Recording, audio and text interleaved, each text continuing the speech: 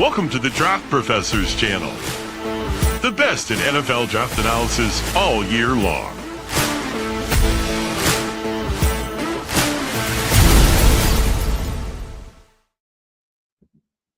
Welcome to the Mrs. R Relevant Daily Draft Podcast. My name's Jim. That's Matt. That's Tyler. We are going to be discussing the Alabama 2027 and 2028 draft prospects. But before we get into that, we have some NFL training camps that have begun. Tyler, when do the Patriots report? They are already there, but they officially have their first practice starting tomorrow. And we have DeAndre Hopkins in the building, as possibly coaching. So Matt, you're shaking your head. What was that about? Don't do it, man. Don't do it, man. I don't want him to play. It'd be cool to just have him coach, but we'll see. Yeah, the guy who's known for his hands loves to drop balls in the playoffs. Hey, I don't need him to play. Just coach up our young guys. That's it. Look, we got blown out in that Super Bowl against the Eagles, and don't get it twisted, we weren't winning that thing regardless. But we really could have swung some momentum when he had the entire field in front of him. Mahomes hit him dead in the hands, and he just watched the ball fall right in front of his face. And as you guys were just talking about that, we have to realize we have a Bills, Patriots, and a Chiefs person on the same podcast, and we all get along. Yes. We're not trying to kill amazing. each other yet. It's amazing how that works. And I got my Jackson Hawes jersey came in today. Yep. So I'm sporting my Jackson Hawes jersey. Matt, you get a Bengals fan on here, I'm logging off on the spot. So Matt, when did the Chiefs report? Chiefs reported on the 22nd, so they came in on Wednesday. Got a lot of updates coming out about injuries. L'Jarius Sneed still has a nagging knee injury, and Omar Norman-Lott is coming back from his knee injury. Patrick Mahomes is a full participant in camp, despite every major news outlet trying to convince Chiefs fans that he was going to miss the first 4 games of the year for God only knows what reason. So Mahomes is a full participant. He's going to be just fine. We're looking forward to seeing how training camp goes. The Chiefs have the second youngest roster in football, so they got a lot of options for who's going to be playing this season. Yeah, so I believe the Bills rookies have reported, but there's no on-field practice for 7 days. So it's all strength and conditioning for the rookies for the first 7 days. And Buffalo's training camp is actually not in Buffalo. It's actually 80 miles away. So they're at a college campus. I actually grew up not that far from where Buffalo has their training camp in Pittsburgh, New York. So ours in St. Joe. Yep. But we are here to talk about the 2027 NFL Draft, and we are here specifically to talk about Alabama. Tyler, this was your first look at the Alabama players, Tyler? Yeah, for majority, well, at least the guys that didn't carry over for last year that could have returned. But yeah, for some of these guys, this is my first time checking them out. So, what's your, let's say, executive summary of Alabama from a draft perspective? Defense heavy. Definitely going to be a lot of guys off of this defense that really interest me. Offense, I think they're still kind of finding their footing. It's a very young team. Where they're still not even sure who the quarterback is currently. So we're going to find out here within the next coming weeks. And I am very curious to see how that's going to impact the offensive line, impact just the overall offensive scheme, and a player very polarizing for potential first round. So. Yep. Yeah, Matt, I think it's a make or break. Oh. No, it's okay. No, I was going to say, Matt, you're pulling triple duty, right? Because you have your Wednesday podcast.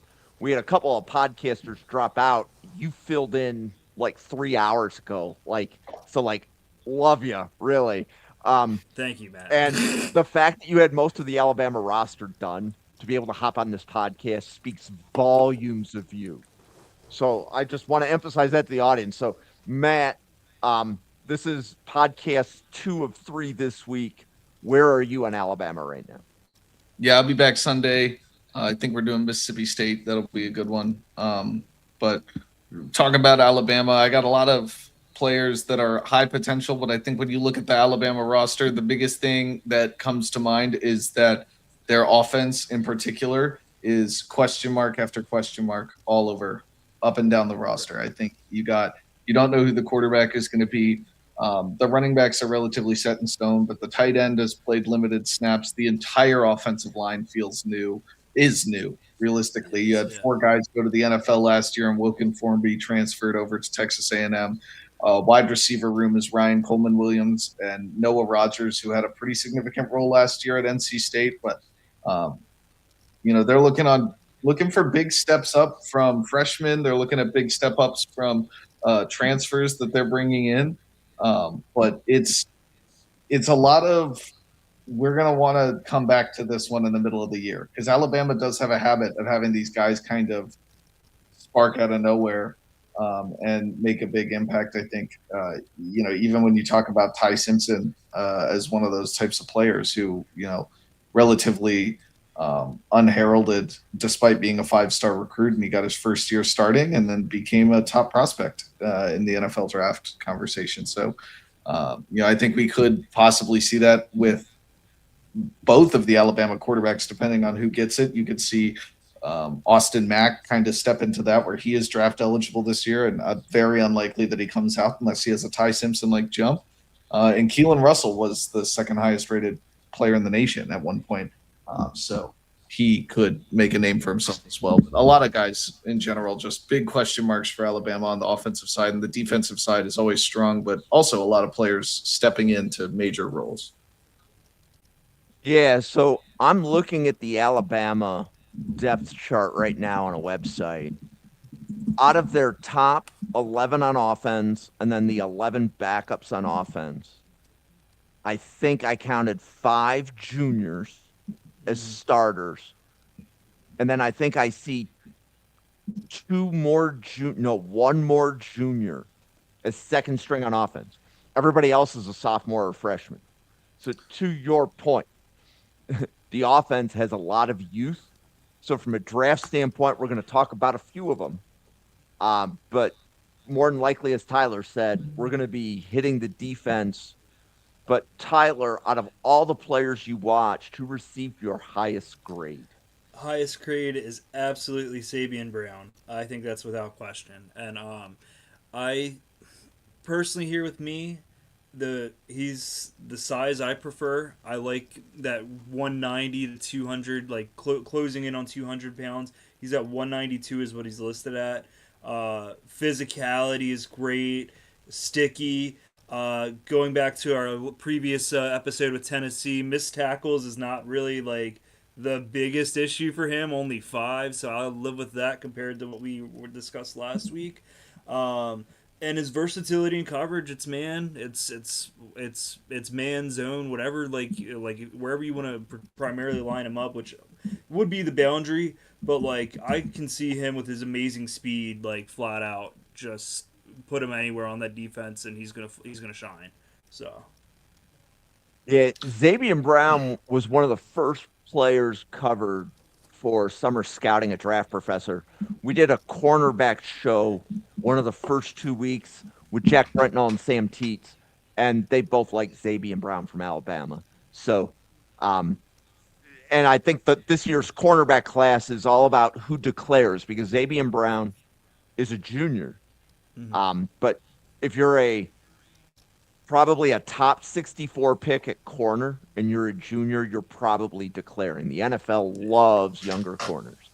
Absolutely. Matt, where does Xavier Brown stack up on your corner board, and what are your thoughts on the corner from Alabama?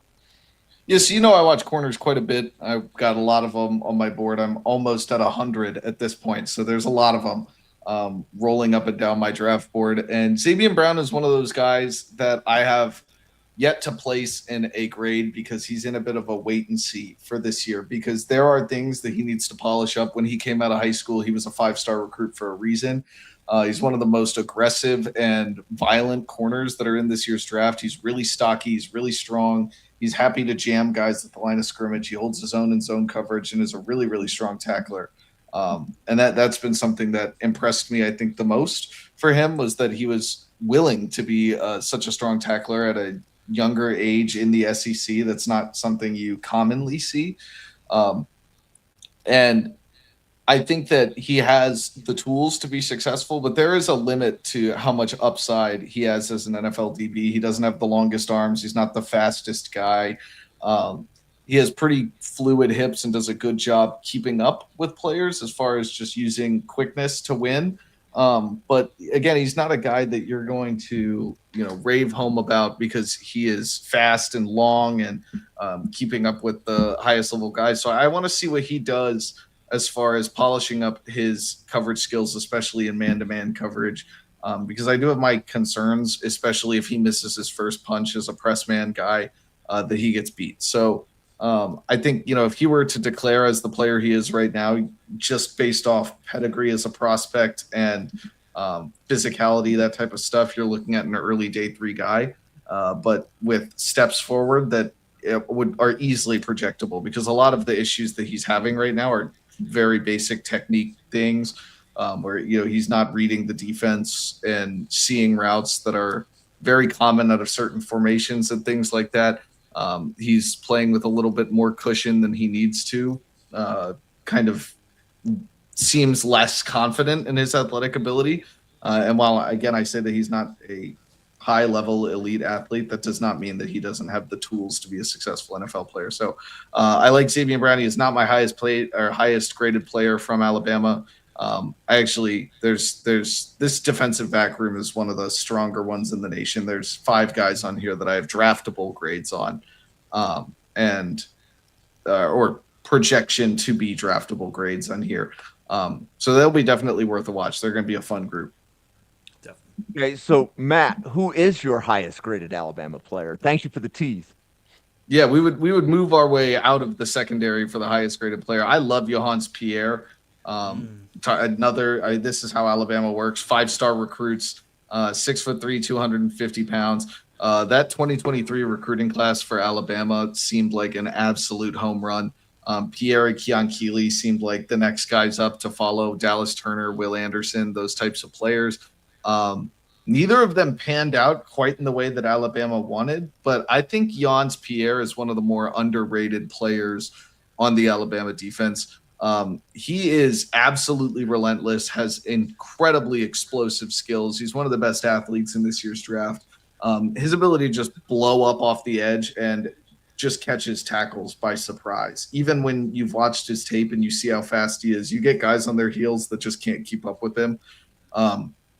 He logged his first sack, I believe it was last year. And so that was a kind of weird deal for him, kind of taking his time to get onto the field. And he's somewhat undisciplined and run defense, doesn't set the edge super well. But he's explosive. He's really, really athletic. Teams love guys that are strong athletes, especially off the edge, because if you can develop them, they're going to be everyday players in the league that are making a huge impact. I think he is more of like an outside linebacker type of prospect, where you're looking at like a odd front, line him up over top of the tackle and tell him to go win on an island.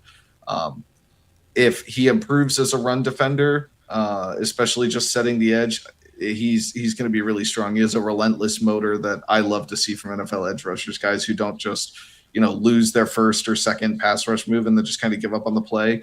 You'll never see that from Pierre. He is fighting back to the ball all the time. And so I'm really impressed with what I've seen from him. I think he could work his way into the top 50.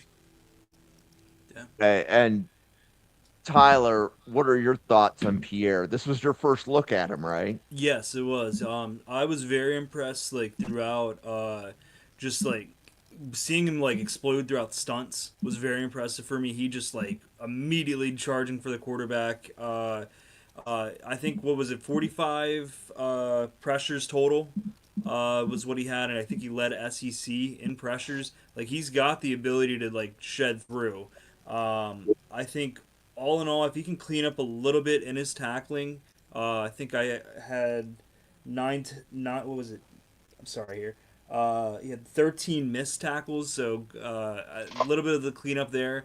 But I think a majority of that was also against scrambling quarterbacks, so it wasn't so much of Wasn't so much of just like a running back breaking off a tackle from him. It was just guys quick enough that they broke free. All in all, man, his production is there, and after the year he just had, man, I think this is going to be a very he's kicking the door down kind of season for him, and I think he's going to be he was my number 2 guy that I would have mentioned if it was Matt taking over and pick somebody else. So yeah, I'm right there with you, dude. He's great. He's got all the intangibles I like, and I can't really think of it. There's any other notes that I got for him that I wanted to bring up, but yeah, you pretty much covered everything there, Matt. Yep. Yeah, that upside's legit. Yeah, Jans Pierre, there's at least 2 draft professors that have him as edge 2. Wow. So the only one that's higher is Dylan Stewart. Right. Yeah, I don't know. I don't know that I'm there, but Well, right, and not everybody's going to be there. We still have a full college Yes. football season to play, but this is definitely a player that, I don't think a player like this gets out. Like Matt, you said top 50. I'd be like, Yeah. wow, it doesn't sound like he's going to get out of the top 33. Yeah, I could. With Colin Simmons, I do have. So I separate the way that I grade edge rushers pretty often. I grade one as an outside linebacker, one as a defensive end. Sometimes those can kind of like fluctuate together a little bit, and Pierre is kind of that example. But I have him graded as an outside linebacker, and the only outside linebacker I've graded above him is Colin Simmons. And if I go to defensive ends, he'd be my 3rd actually. So I'm kind of surprised by that myself. I'm surprising myself with my own rankings, but I would say that I have him as my 3rd best edge rusher, with Colin Simmons and Dylan Stewart being the only 2 above him. Dylan Stewart's definitely, we end up talking about South Carolina. You're going to hear a devastated Maryland fan tell you his opinion of South Carolina sniping him straight out of our backyard in Washington, D.C. But yeah, Jans Pierre is going to he'll have a strong. So South Carolina is on Friday, August 14th. Yeah. So we've got a couple Fridays to go. Okay, so we've talked about Pierre. We've talked about Brown. Tyler, is this the elephant in the room for you? Is this This the is guy? the elephant. do we- This is the elephant in the room for me. This is probably going to be the primary offensive guy we're going to talk about, Ryan Coleman Williams. So I can take this one of 2 ways. I can be very optimistic and say, man, that freshman year, phenomenal. Like, got on the the college football game cover for a reason. I could also take this as the approach that this offense has so many freaking questions that are we going to kind of treat this like Derek Stingley with injuries coming out of college? Like, that freshman year was so good, but we never got to see him, like, complete that again. I worry that might be the case, but I'm going to say if he can just continue to... If he can pretty much just continue to build off of his routes, continue to show separation, and really, I think, especially if this is going to be whichever quarterback this is, primary first experience starting, he has to make sure I am the guy you get the rock to. Hit me with it, and after the catch plays, I'm going to make the play for you. If he can consistently do that and be like maybe Lemon last year coming out of USC, if he can provide that kind of example for himself, and it's not going to be deep shots all the time like you saw my freshman year, but I'm going to make sure I'm killing it in the intermediate and short ranges and continue to build off of that. I think that if that's the case, if he can build that role for himself, he's there. My only thing is, I think his frame is just not the best against like physical corners. If he's going up against these guys, he's too thin for me personally to see a guy that is going to stick with him on press, that also has the same amount of speed, but also has, the strength to keep him out of his routes. So with that, there's some questions there, but the biggest elephant in the room, the drops. 9 drops last year. Like, that is not what you want to see from this guy that we were kind of putting in the Jeremiah Smith bubble. So, is he going to clean up these drops? What's the issue? Is it, can he build a significant chemistry with whoever this quarterback is? And if he's able to maintain that, that's the optimistic look. If he can do so, I think he's going to solidify himself and remain maybe top 15 in NFL draft standards of what they might be looking at for receivers. If not, he's going to be fringe back half of the first round. Maybe I can't foresee him falling in the second because of the hype of it around his name, but I would see him being like a back half of the first round, maybe 20s, 25. Wow. Okay. So Tyler, you're definitely high on Ryan Coleman Williams. I had to. He was the last guy I watched, so I was like, I hear about him all the time. Let me just really entrance myself with this. So is that because the Patriots need a player just like him? No, it's really And not. that's It's me more... poking the bear. That's me poking. No, you're good. No, for me, it's just like when a guy's polarizing like this, and I heard all about it last year when I would like watch whoever I was covering from Alabama or whatever corners I was watching that would go against him. Like I did catch the Wisconsin game last year. That was like right after he had the concussion. That Wisconsin game he had, lights out, amazing. But then it was like the rest of the season, like you don't see anything like that. Like it was just that Wisconsin game stood alone as like, oh, this is the guy we saw last year. And then the remainder of the season just fell off of a cliff with him, with a quarterback that went into the first round. So what the hell happened to you here? Like this should have been like, this is just another case of a sophomore slump. So like I said, I want to kind of play it more on the optimistic side that, hey, roll this while you can. Make sure you got this stink around you. Let's shake it off. Let's go into this year and try to reclaim that spot for yourself. So Matt, I'm going to kind of tee you up here on Ryan Coleman Williams. So, like freshman year, Jeremiah Smith, Ryan Coleman Williams were usually mentioned in the same sentence. You couldn't talk about one without talking about the other. And then to Tyler's point, that created a lot of hype around the player. And Ryan Coleman Williams may have not lived up to the hype that he created as a freshman last year. And we've seen this before with wide receivers, right? Because I think, was it Eugene Wilson, who went from Florida to LSU now?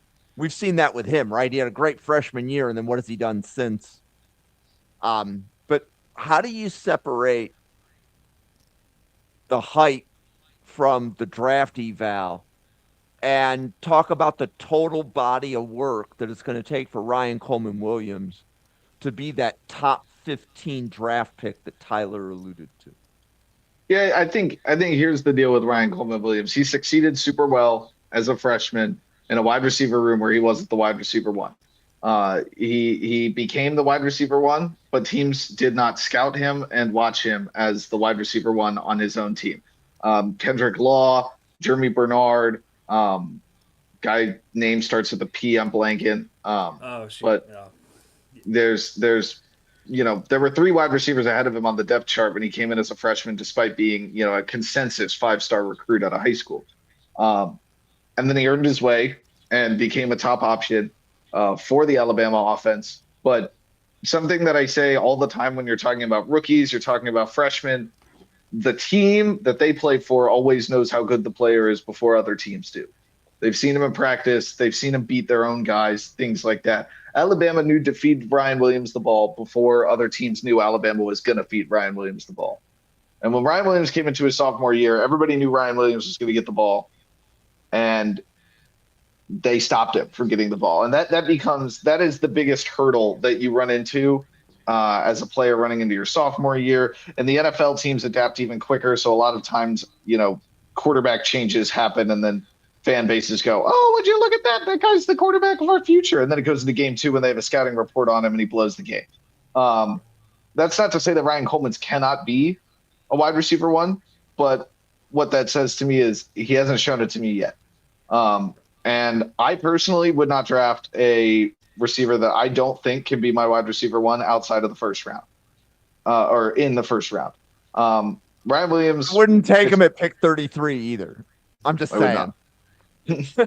I would not. And what I'll tell you is that, and as much as I is going to burn to put this out of my mouth, if Ryan Coleman Williams was on the board for the Kansas City Chiefs in this draft or next year's draft, he will be wearing red and gold. He is exactly what Andy Reid loves to see in a wide receiver. This type of slot, very, very elusive wide receiver, good speed, good deep ball, threat with separation skills. I mean, this is my coworker Price loves him and is, banging the drum for the Chiefs to get him in the draft. Well, I bang the drum for a different SEC wide receiver. So when we get to Texas, I think we'll be going there. I am not talking about the big guy who will not be available for us. And if we're picking at a spot where we can get Cam Coleman, I may not be podcasting much. But I'm all for the Chiefs getting Ryan Wingo, although that's the opposite of what Kansas City usually goes in this direction. But the way I see Ryan Coleman Williams is that he would be a great wide receiver too in the NFL. He separates really well. When the focus isn't on him and you need somebody else to get open while the focus is on a top wide receiver, he is a great option. Reminds me of Devontae Smith when he came out of Alabama. You're looking at now, Devontae Smith won a Heisman.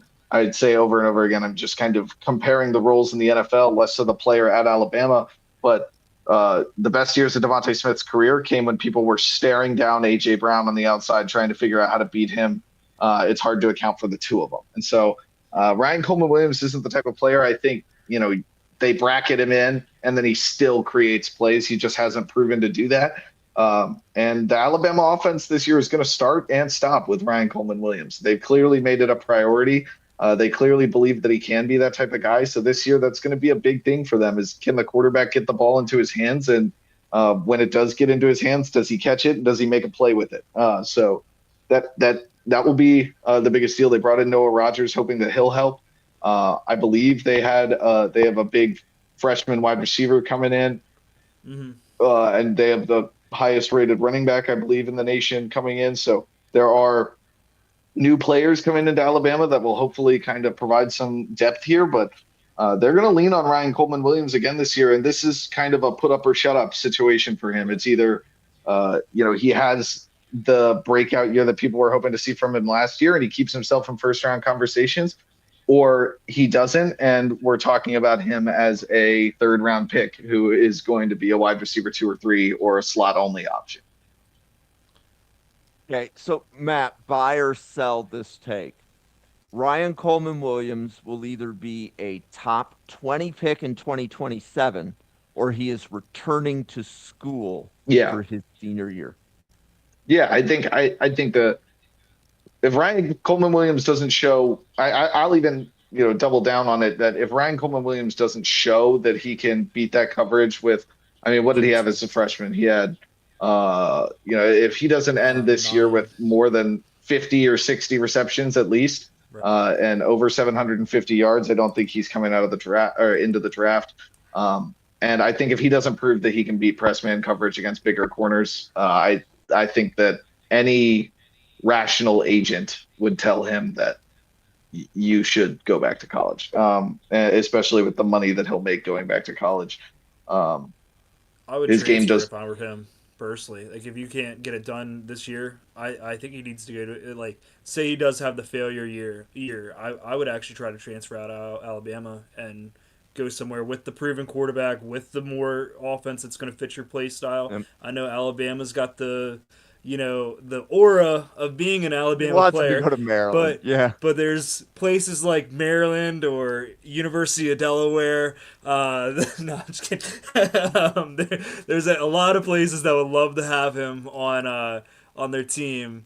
And I think he could definitely be an explosive part of the offense, just wouldn't have to be the focal primary guy if this was a failure year.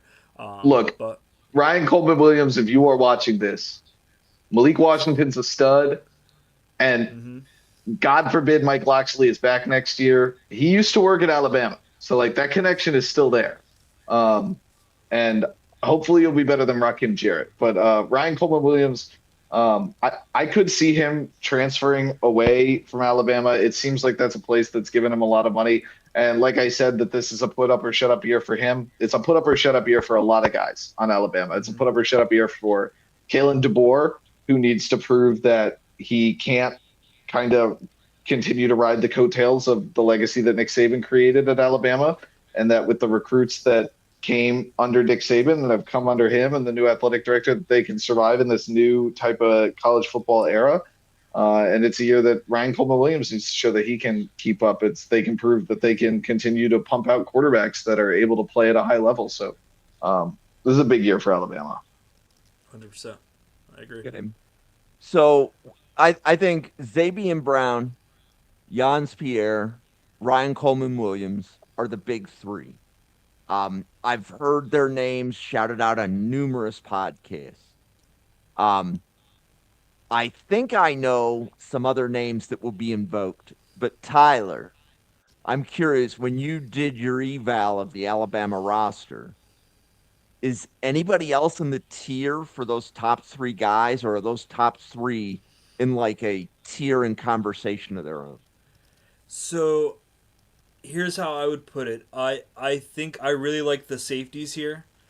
I don't know how the NFL is going to evaluate them, in the sense of like we can have our grade of them and think that they're going to be really well. Like I have let's say, for example, for me, I had Hubbard. I'd say like third round. I can see him like in a wishful thinking year.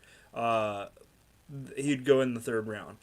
But I could also see just what we saw this past year, safeties just falling to the fourth, fifth round because it's rather not a need or XYZ. So for right now, where I would say those would be probably the three primary guys you're going to be talking about coming out of Alabama. But then it's going to be pick your flavor between Hubbard and Saab. Or is it Saab or Saab? I'm sorry. My impression is Saab, but yeah, that's how I was read it, but I didn't want to be wrong here. But so Saab or Hubbard here, and it's your pick of who you prefer. Do you want the more versatile guy, or do you want the more? I think Hubbard's more physical in that regard, and I think both have great experience. So you're really just picking your flavor of what you want. I think Saab's going to be, you can play him anywhere.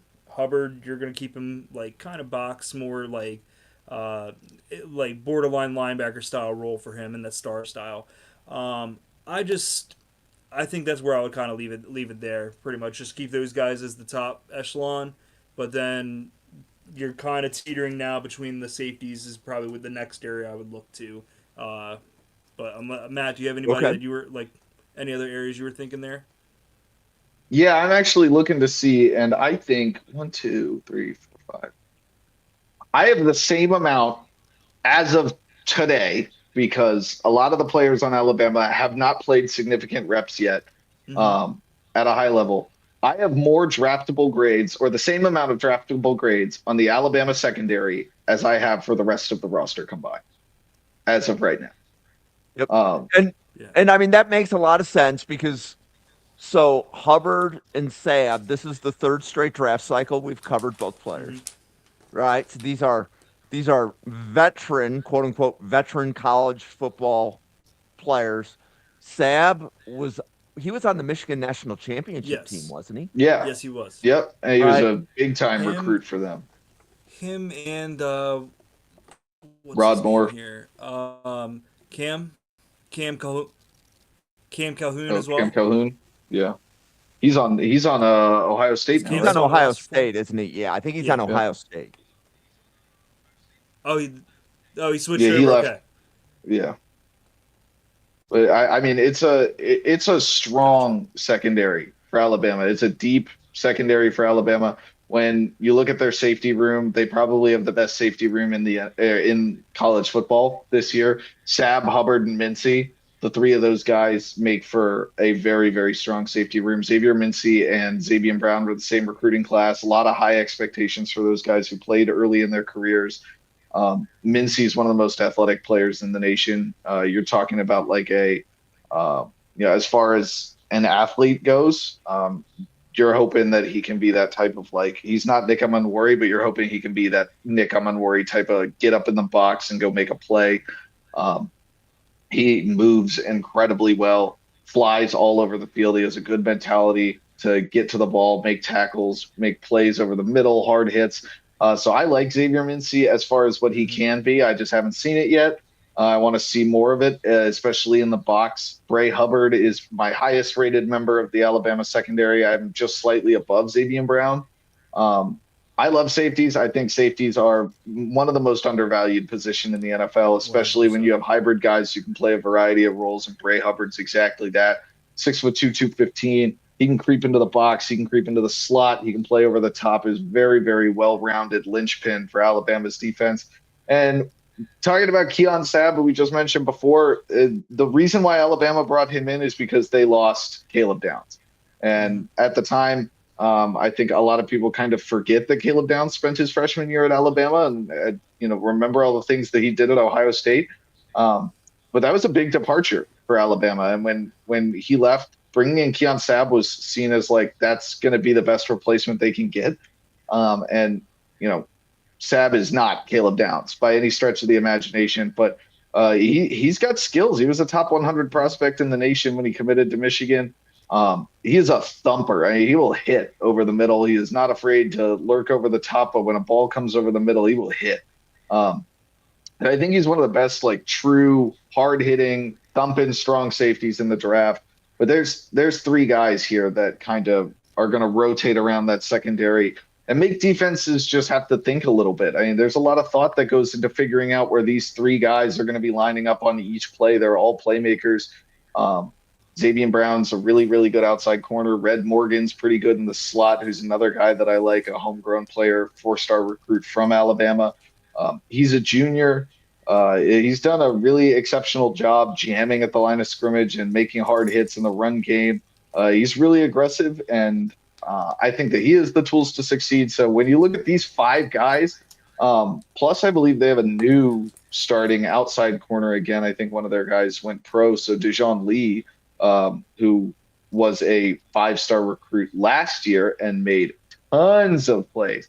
I mean, we're talking about, potential top 50, top 100 pick next year. This is one of the best secondaries in the nation. So I definitely would keep your eye on him. We're talking about draft eligible prospects for this year for the most part, but Dijon Lee is one of the most athletic Tariq Woolen type of corners, 6'4", 204, playing on the outside there. When you watch the Alabama film, number 5 will catch your eye quite a bit.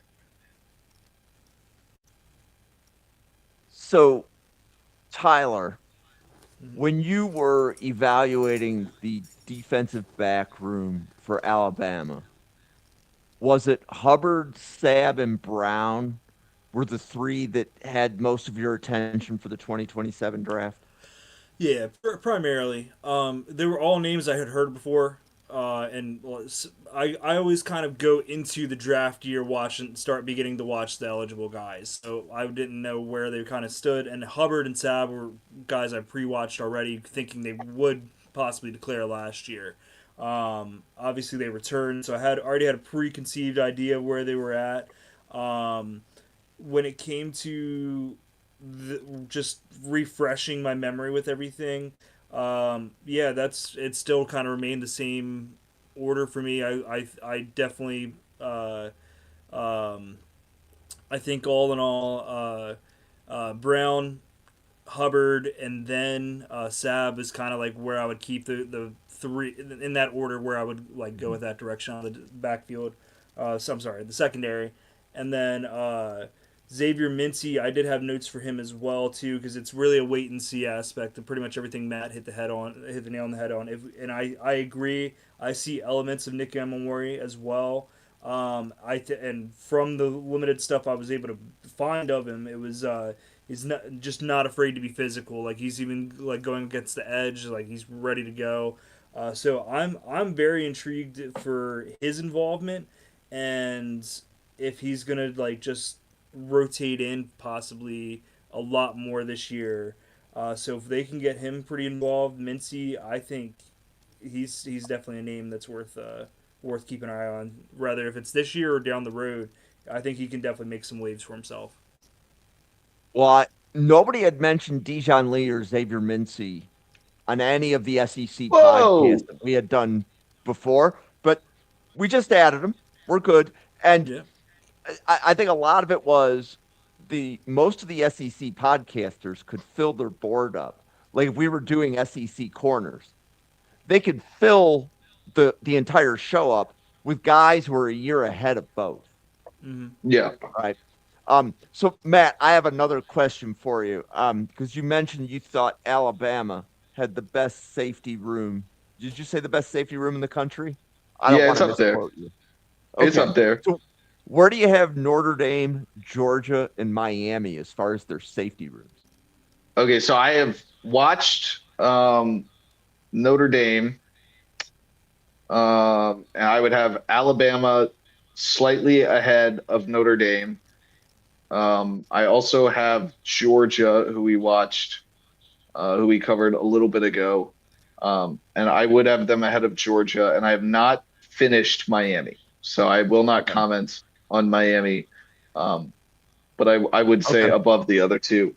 I have, potential early day 3 grades on Sab and Hubbard, and I think Mincy could work his way even higher than that with a good season. I am truthfully floored. Nobody has mentioned the name Dijon Lee to you at this point. I'm shocked. I will gladly claim that one. Class of 2025 5-star recruit. It's all you, Last year it was. I'm gonna harp on this for a little bit because I felt like this was a guy who got some. I thought was gonna get a lot more attention, kind of like in Brandon Finney type of conversations, where I felt like Finney was one of the best corners in the nation last year as a freshman. Dijon Lee was in a very similar tier. 6'4", 205 pounds is an elite athletic frame for a corner, and he kept up. And I say this almost every time we talk about these team podcasts. The way that I watch film for the most part, especially when I'm watching over the summer, is I watch the entire team on a sheet. For the offense, it's pretty thin, but for the defense, it's something like this where I list every single player's number and the position that they play and all that stuff. And I, take my notes and grade and roll and all that good stuff. And I, multiple times watching film for Alabama, went, who is number 5? Because I could have sworn he was draft eligible. I was just watching this corner and I was like, man, they didn't have a big guy get drafted last year. Who is this guy? I felt like he could have been the best player in their secondary as a freshman last year. We'll see, because Xavier Brown was their primary corner covering the number 1 option. But when they switched up, Dijon Lee held his own. So I want to see how he does again this year. He was the number 2 cornerback recruit in the nation behind Devin Sanchez, who will play for Alabama some this year. But I am very excited by Dijon Lee. So love hearing it. And there's a reason that we do these podcasts. And there's also a reason it's different people who did the SEC show that will cover the team. There's a reason I like to mix that up. Yeah. Right. So that we can get like a little bit different flavor, different evaluation techniques. So there's a method to nearly everything that I do. Yeah, next year's cornerback class is going to be one to call your mother about. It is a deep group of guys, especially when we talk about the players from this year's class who are going to go back. That is going to be incredibly fun for somebody like me who loves covering corners. So I'm excited about that. But yeah, if you're watching Alabama film this year, you should definitely have your eye on Dijon Lee for next year. Okay, so we've covered the Alabama secondary. We've covered Ryan Coleman Williams. We've covered Jans Pierre. So Tyler, I'll kick this to you. Is there any other player that got a draftable grade from you that is worthy of being mentioned on an Alabama draft podcast? We went in the wait and see aspect of it. When we were talking Mincy, we were going in the wait and see aspect of it. I'm curious to see the workload with Daniel Hill and how quickly EJ Crowell takes that over. That's something I'm curious about because it seems like they are insanely high on Crowell, which I think I personally haven't seen him play, but at least Daniel Hill's aspect of Jam Miller when we drafted him had a ton of praise for him and was saying like, "Oh, I'm so excited to see him finally get the keys, take this over." And now it seems like that freshman might be their new primary option for them. So I'm curious to see his involvement. And And just for everybody's knowledge, Daniel Hill is a redshirt sophomore running Oh, back for Alabama. running back, If correct. somebody didn't I'm know sorry, what position he played, I should. oh, that's all I should right. have clarified. 3 hours. That's of why sleep, there's a sorry. moderator. Exactly. Thank you. 3 hours of sleep, so I'm doing the best I can here. Flu You're doing game. great. I You're appreciate doing you, brother. I wanted to ask because I could not find anything, but I was very intrigued by his size. Desmond Unizula is 6'6", 255. From what I've read, he is a reliable tackler and showed that. Is there an opinion on him? Because I did not watch him, but I immediately marked up his size. Was there anything you saw out of him, Matt? Yeah, so let me tell you where he's from before we get started, Maryland? because don't even get me Yeah. started. I read that part, but I was like, Yeah. I couldn't find anything consistent to watch of him. So I was like, I can't base this. So just he went curious if to you could. So he went to Flowers, which is right up the road from where I grew up, about 40 minutes away. Probably the best public school in Maryland as far as playing football goes. The kid's a freaky athlete, dude. 6'6", 255 pounds. I know that I don't watch high school football unless it's the state of Maryland, and even that is pretty iffy. Terps wanted him, ended up in South Carolina. Feels like a repeating theme unless it's Zion Ellie. But is a kid with a lot of upside. He didn't get enough play at South Carolina. And at Alabama, he's going to get a chance to kind of step into more of a straight up edge rusher role. They already have a guy, with Jans Pierre, and I think that this will be more of depth behind him.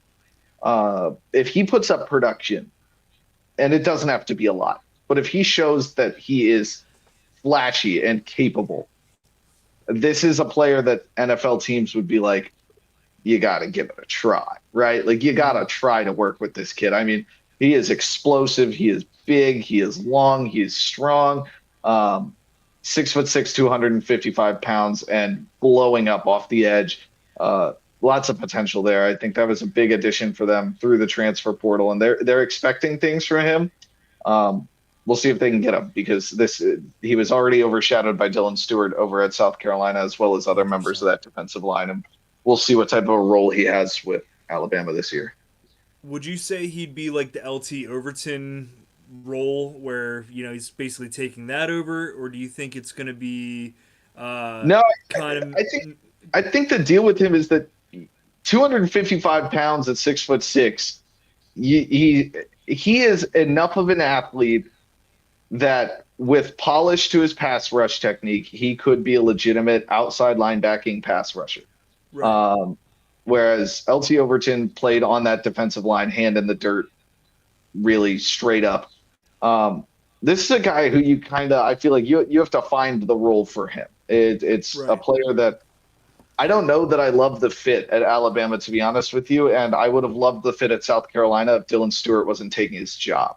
But this is a player who needs to kind of have a coach with a plan directly for him, because straight up 6'6", 255 pounds is not a common frame you see at defensive end or really any position in football. So especially with the movement skills that he has. So I think that, Alabama has to kind of work him in and play to his strengths. I don't know that he really fits much of the players that they had on roster last year. They were able to find places for Qua Rousseau to play, who's now over at Ohio State. So I think there is opportunity for Umezulu, but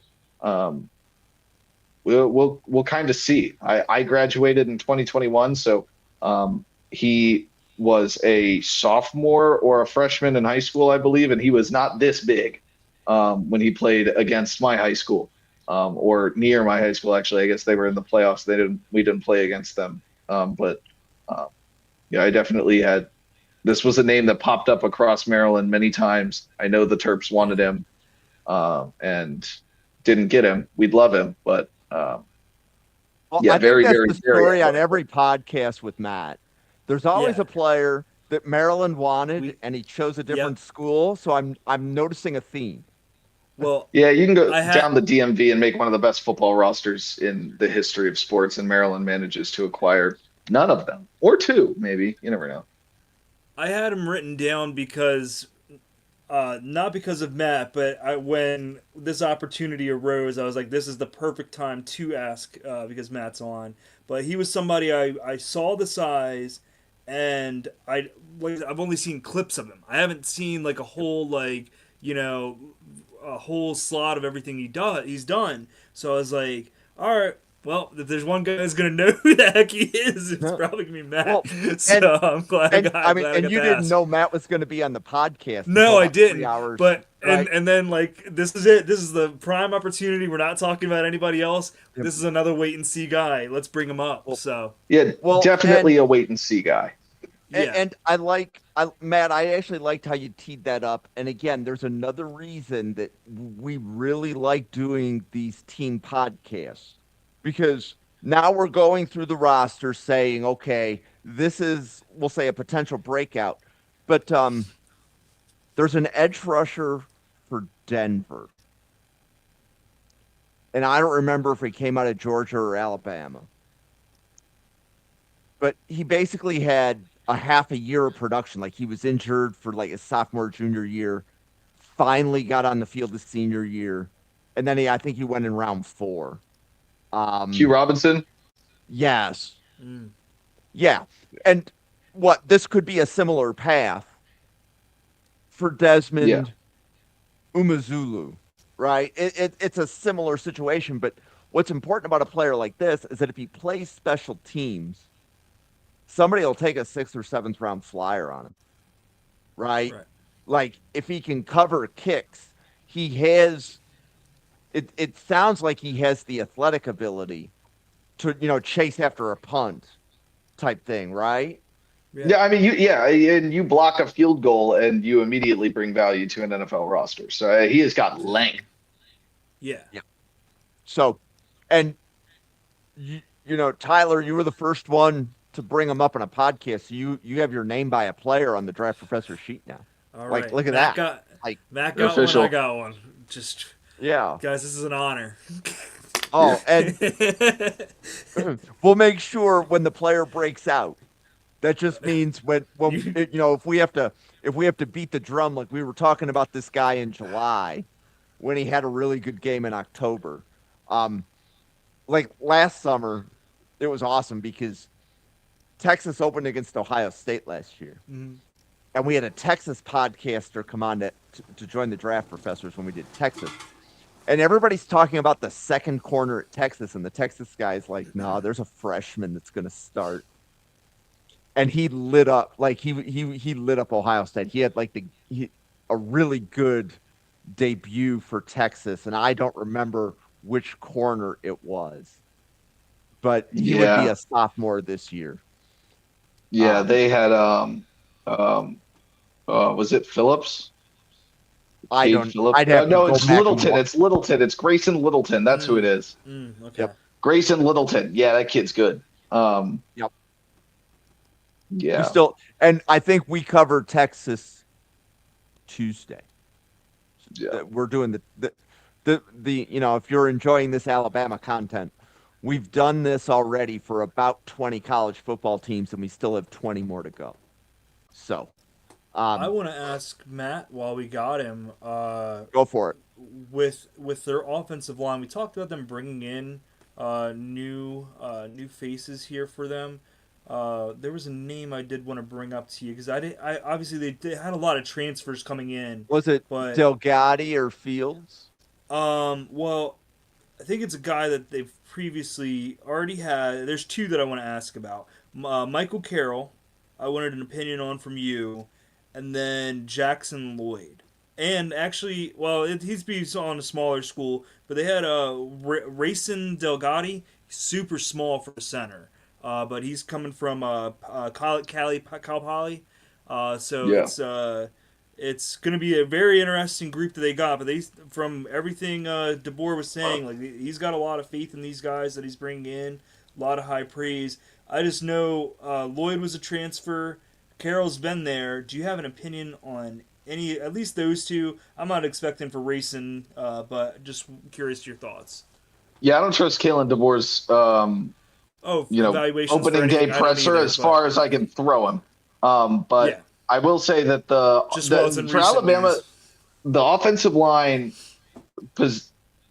it's hard to take a stance on the Alabama offensive line at this point in the year because realistically, unless you are working in the facility or have heard things from insiders, which I personally have not, the Alabama offensive line has taken all 5 positions, written them on paper, thrown them up in the air, and there's 10 offensive linemen in the Alabama coaching locker room. They're all diving on the floor fighting for starting jobs.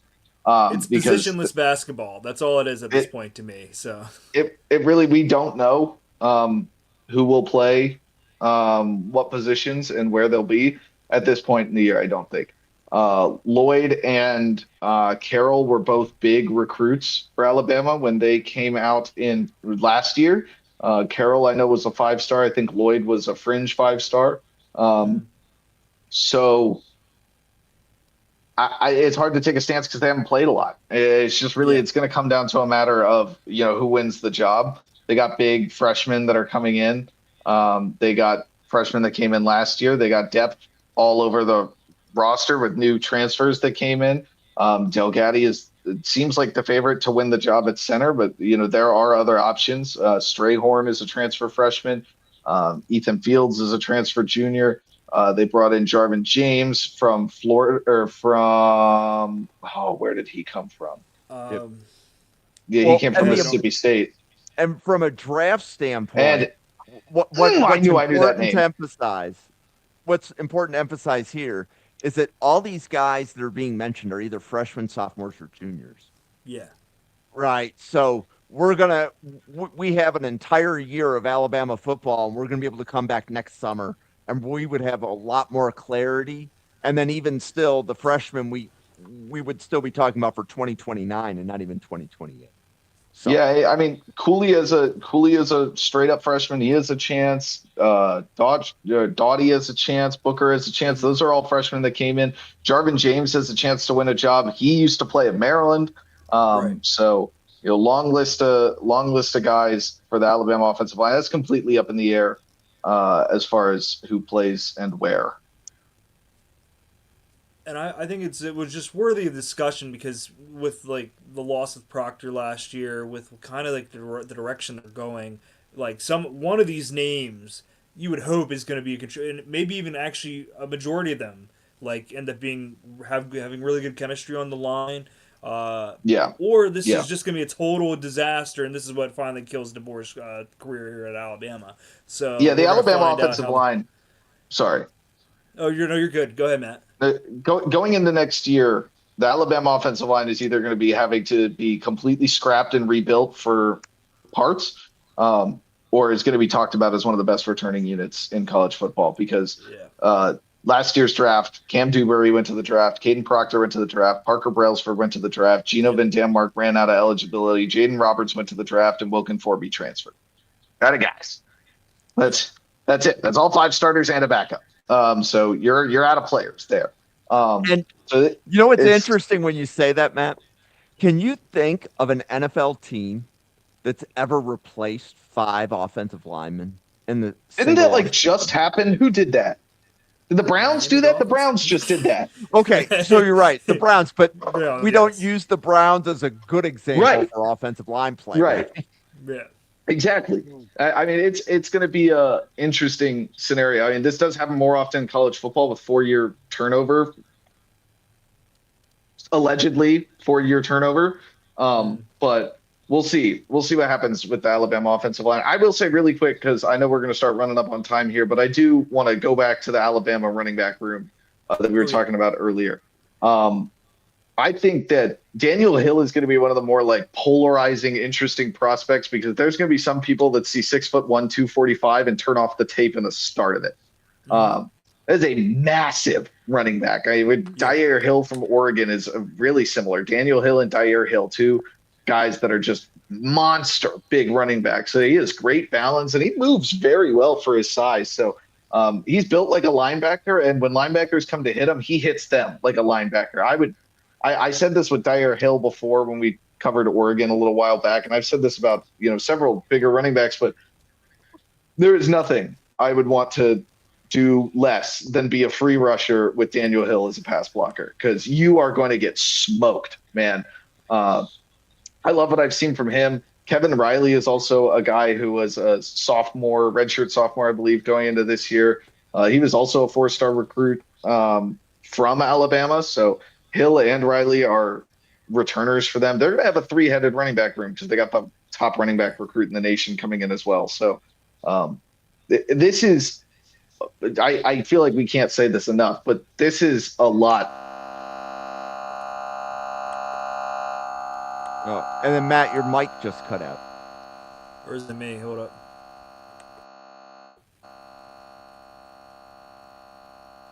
Yep, Matt was testing his mic before we went live. We got 50 minutes out of Matt. Oh. Nope. Well, we didn't pay the mic. We didn't pay the mic bill. Yeah, apparently we didn't pay a bill. We didn't pay a bill. But so No, why don't we is he good now? pause for Here we go. We got him. podcaster? Are you back? Nah, his screen is still. He's that's not everything. moving. We lost So- Matt for good. Yep. So why don't we pause for podcaster identification? So Tyler, do you want to let everybody know about all of your Patriots content and the things that you do?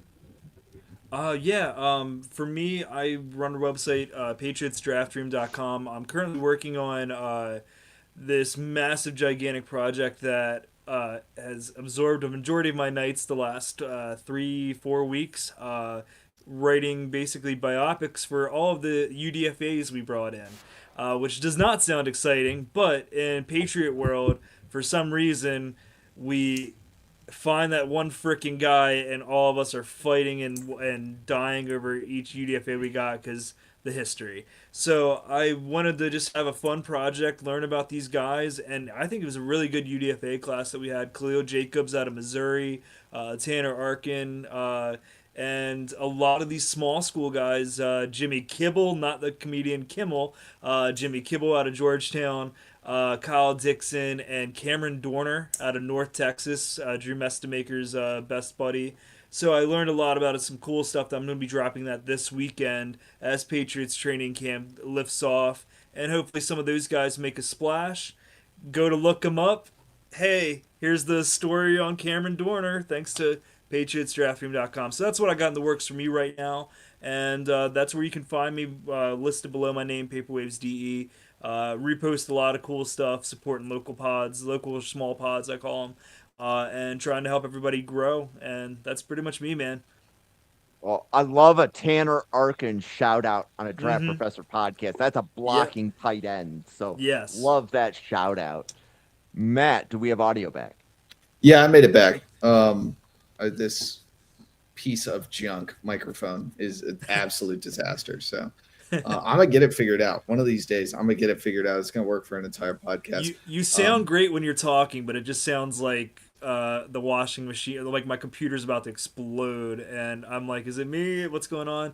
But yeah, like great quality throughout the remainder of the call, though. It is what it is. But what I was trying to say is basically that Alabama's players don't have a lot of play time. We're going to see what happens with them with a new quarterback, new tight end, potentially a new running back, all new receivers outside of Ryan Coleman-Williams, completely new roster. Anyway, we're on this identification thing, so I'm going to do my thing. My name's Matt. You can find me at Chabot Sports. I write for Arrowhead Addict. If you're looking for me on Twitter, it's Chabot Sports.